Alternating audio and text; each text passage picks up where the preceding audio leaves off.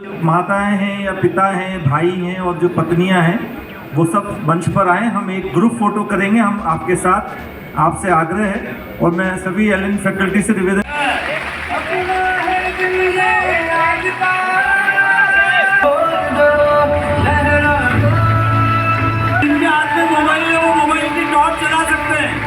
जिनके पास मोबाइल है वो मोबाइल की टॉर्च, जिसके पास टॉर्च है बच्चों टॉर्च जलाओ।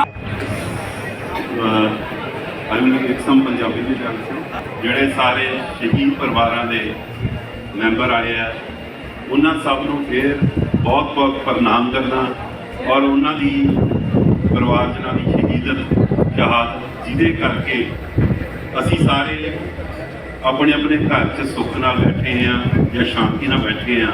ਇਹਦੇ 'ਚ ਉਹਨਾਂ ਦੀ ਜਿਹੜੀ ਬਹੁਤ ਵੱਡੀ ਕੁਰਬਾਨੀ ਆ ਉਹਨੂੰ ਮੁੜ ਕੇ ਦਿਲੋਂ ਯਾਦ ਮੈਂ बस बच्चों की छोटा जहा मैसेज है। My father serve in emergency commission in 62 बार।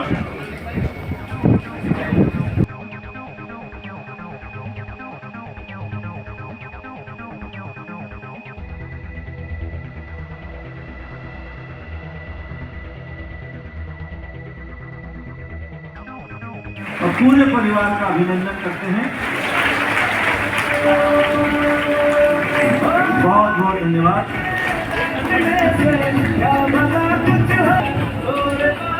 अब हम स्टेज पे बुलाना चाहेंगे शहीद सिपाही तरलोचन सिंह जी।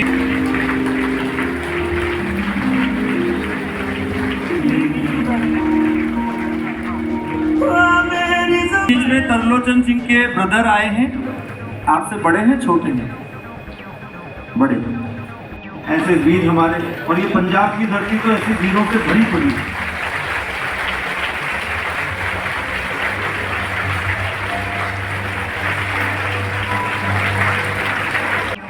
और एक आज हमारे बीच में है, इनके वीर भाई ने देश के लिए कुर्बानी दी, शरद सिंह जी ने बताएंगे क्या उम्र थी उनकी। 22 साल, शादी हो गई थी। 20 दिन पहले बोला बहुत दिक्कतें हैं लेकिन माँ चिंता मत करना, खड्डे चढ़ देंगे।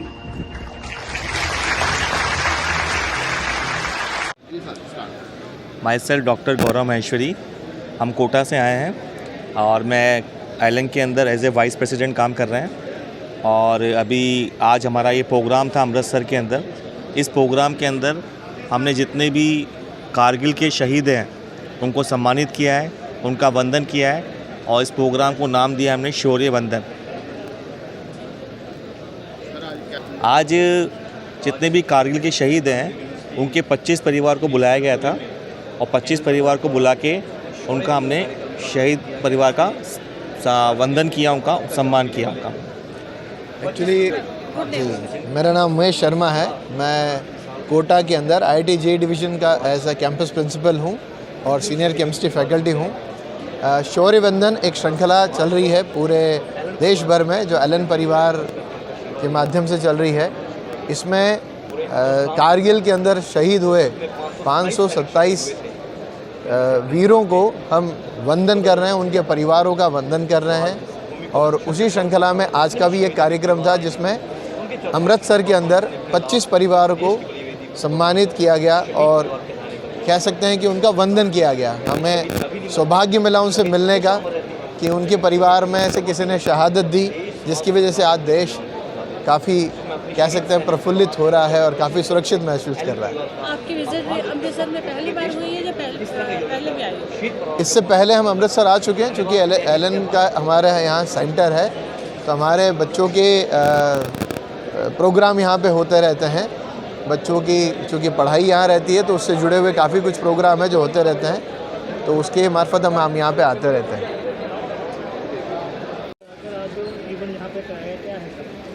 सर झुके उनकी शहादत पे जो शहीद हो गए हमारी हिफाजत में। मैं कुंवर विंदर सिंह विक्की, महासचिव शहीद सैनिक परिवार सुरक्षा परिषद। आज गुरु नानक देव यूनिवर्सिटी के कैंपस में उनके दशमेश ऑडिटोरियम में एक भव्य कार्यक्रम का आयोजन किया गया, शौर्य वंदन समारोह। ये समारोह उन लोगों को समर्पित उन परिवारों को समर्पित जिन्होंने अपने घरों के चिराग इस देश की बलिवेदी पर कुर्बान कर दिए। मौका था एलन परिवार द्वारा कारगिल युद्ध के रणबांकुरों के सम्मान में उनके परिजनों का सम्मान, और जिसमें 25 के करीब शहीद परिवारों को बुलाकर वहाँ पे जो उनका सम्मान किया गया। यह महीना कारगिल का महीना है। कारगिल युद्ध जो 21 मई से शुरू होकर 26 जुलाई तक लड़ा, और इस युद्ध में असंख्य माँओं की कोख उजड़ गई, असंख्य बहनों का सुहाग जो है वो मिट गया। लेकिन भारतीय सेना ने जिस शौर्य व पराक्रम का प्रदर्शन करते हुए पाक सेना को धूल चटाई, उसकी चर्चा सारे विश्व में जो गर्व के साथ ली जाती है। आज भी उन कारगिल की वादियों में इन जांबाजों के शौर्य की गूंज सुनाई देती है। कारगिल युद्ध भारतीय सेना ने जिन कठिन परिस्थितियों में लड़ा, उसकी मिसाल विश्व में अन्य कहीं नहीं मिलती। पूरे हिंदुस्तान में उस युद्ध में 527 सैनिक शहीद हुए, जिनमें से पंजाब के जो रणबांकुरे थे उनकी संख्या सबसे ज़्यादा थी। और मैं कहता हूँ किस तरह के आयोजन इन परिवारों के हौसलों को बुलंद रखते हैं। क्या देख सकते हो आप इन्होंने, इन परिवारों को जिन्होंने अपनी सबसे बड़ी दौलत देश की बलिवेदी पर कुर्बान कर दी। आज ज़रूरत है इन परिवारों को मान सम्मान देने की, जिसकी आज हमारे देश में कमी है। शहीद के अंतिम संस्कार वाले दिन और अंतिम अरदास वाले दिन उनके घर मेला लगता है, लेकिन उसके बाद कोई नहीं पूछता। लेकिन एलन जैसी संस्थाएं, शहीद सैनिक परिवार सुरक्षा परिषद जैसी संस्थाएं इन परिवारों को साथ लेकर इनके रिश्ते जख्मों पर मरहम लगाकर इनके हौसलों को बुलंद रखने का छोटा सा प्रयास है। कहते हैं शहीद कभी नहीं मरते, शहीद हमेशा अमर रहते हैं। लेकिन एक शहीद की मौत कब होती है?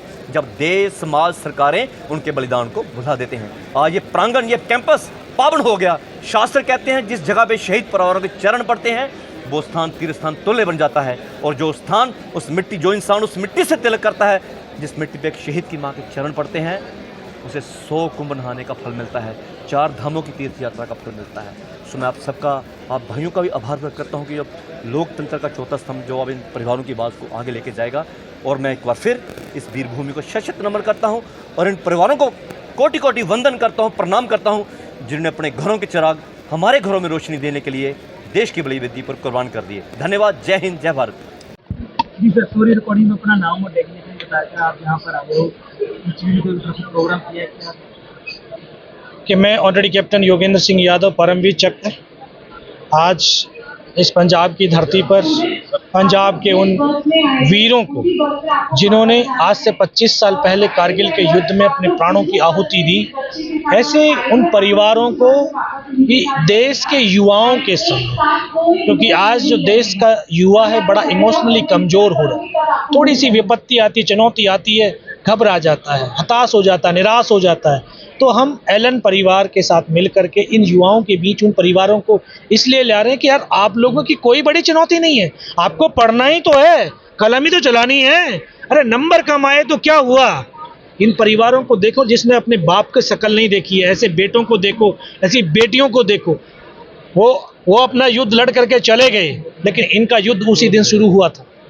इन्होंने 25 साल उस युद्ध को लड़ा है, इस समाज में लड़ा है, और आज लेकिन फिर भी आपके सामने बड़ी हिम्मत के साथ में खड़े हैं, लोगों के लिए प्रेरणा के स्रोत बने।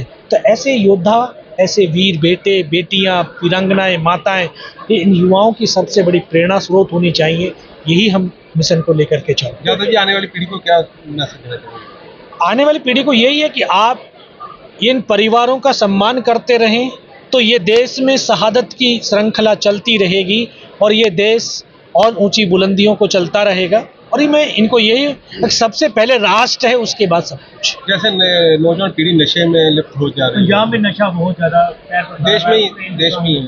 तो ये जो नशा, मैं इन युवाओं से कह, नशा किसका होना चाहिए? नशा होना चाहिए भारत माँ की मिट्टी का, भारत की, इस देश की प्रेम का नशा होना चाहिए। इन शहीदों को इसलिए तो इनके बीच में लेके आ रहे हैं कि ये ऐसे वो नशेड़ी थे, भारत माँ के लिए प्रेमी थे, कि जिन्होंने अपने लहू की हर बूंद को, जीवन की हर सांस को कुर्बान किया। और आज हम उनके उस यश को, गौरव को, शौर्य को, वीरता को हम गा रहे हैं, याद कर रहे हैं। अरे लोग मरते हैं, लाखों लोग मरते हैं, कौन पूछता है? अरे देश के लिए मरो, जन्मों जन्मान तक जो आपको याद रखेगी। आपकी माता पिता भी अपने पुत्र होने पर गर्व महसूस करें। क्या आपने कारगिल में लड़ाई करी, उस समय क्या हालात क्या थे, कैसे जीत प्राप्त? दुश्मन हाइट्स पर बैठा था, हम नीचे थे, और बहुत कठिन युद्ध था। लेकिन भारत के जो सैनिक थे, सेना थी, उन्होंने एक कुशल नेतृत्व अच्छी ट्रेनिंग, क्योंकि हम लगातार ट्रेनिंग करती है, तो कुशल नेतृत्व ट्रेनिंग, फिर नौजवानों के जोश जुनून और जज्बा, उस जोश जुनून जज्बे से ही ये कारगिल की पहाड़ियों के ऊपर फतेह प्राप्त की जा सकी। क्योंकि ऊपर अगर बैठा है तो एक पत्थर भी मारता है तो गोली से भी ज़्यादा उसका फोर्स होता है, लेकिन एक के बाद एक शहीद भी होते रहे, लेकिन हिम्मत नहीं हारी, और जब हिम्मत नहीं हारते हैं तो विजय तो सुनिश्चित होती है। जब की बात की जाए अग्निवीर योजना की, सरकार ने जो चलाई है 4 साल की योजना रखी गई, उसमें कैसे देखते हैं आप, कितनी ट्रेनिंग होगी तो कैसे जो युवा है आगे बढ़ते हैं? ये देश की जो सरकार ने जो अग्निवीर चलाई है, तो अग्निवीर कुछ ना कुछ उन्होंने दूरदर्शी सोच रखी होगी कि ज़्यादा से ज़्यादा इस देश के युवाओं के अंदर वो सैन्य ट्रेनिंग भरी जाए, इनका डिसिप्लिन आ जाए, और ये देश के लिए एक जो नेगेटिव थॉट्स है उसको पॉजिटिव थॉट में बदली हो जाए। तो शायद इस सोच के साथ में इस अग्निवीर को शामिल किया। 4 साल में कितने ट्रेनिंग ले सकते हैं? क्या 4 साल में? देखो 6 महीने की ट्रेनिंग है, 3.5 साल उसको सर्व करना पड़ेगा। आज ये बैठे हुए हैं, ये 7 बजे से पहले नहीं उठते हैं, लेकिन 4 साल जब वहाँ रहेगा तो उसको 4 बजे उठने की प्रैक्टिस हो जाएगी। रात को 11 बजे से पहले नहीं सोएगा, तो यहाँ अगर रात को 11 बजे तक जग जाता है तो सुबह 7 बजे तक नहीं उठता। वहाँ एक डिसिप्लिन आएगा, जीवन का रूटीन बनेगा। जब जीवन का रूटीन बनेगा तो उसके थॉट बदली होंगे तो उसकी कार्यशैली बदली होगी, और एक फिर नया माहौल क्रिएट हो जाएगा। जी सर, ये कारवां कैसे हाँ बिल्कुल, ये शौर्य वंदन का जो है कारवां हमने नागपुर से शुरू किया। शुरुआत में बहुत सारी चीज़ें हुई कि नाम मिल गया, यूनिट का नाम मिल गया, बट फ़ोन नंबर नहीं मिला। तो धीरे धीरे जानकारियाँ निकाली। पहला हमारा जो है 26 मई को नागपुर में 3 फैमिलियों से कारवां शुरू हुआ। उसके बाद फिर हम अहमदाबाद गए तो वहाँ 8 फैमिलियाँ हो गई। फिर हम जम्मू गए तो वहाँ 16 हो गई। फिर धीरे धीरे बढ़ता और आज 10वें लोकेशन के ऊपर हमने आज 25 फैमिलीज़ को सम्मानित किया है, और 217 हम फैमिलीज से, उन वीरांगनाओं से, उन वीर माताओं से आज मिलने का सफ़र पूरा हुआ है। और अभी ये सफ़र रुका नहीं है, अभी तो आगे चलेगा। अभी हम गुवाहाटी जाने वाले हैं, हम कलकत्ता जाने वाले हैं, हम भुवनेश्वर जाने वाले हैं, हम पटना जाने वाले हैं, हम लखनऊ जाने वाले हैं, हम बेंगलोर जाने वाले हैं, हम चेन्नई जाने वाले हैं। पूरे भारत की 527 उन परिवारों तक जाने वाले हैं। ये मेरे लिए सौभाग्य की बात है, उन वीरों से मिलना, उनके माँओं को पैरों को छू करके अपने आप को, जीवन को यथार्थ कर पा रहा हूँ।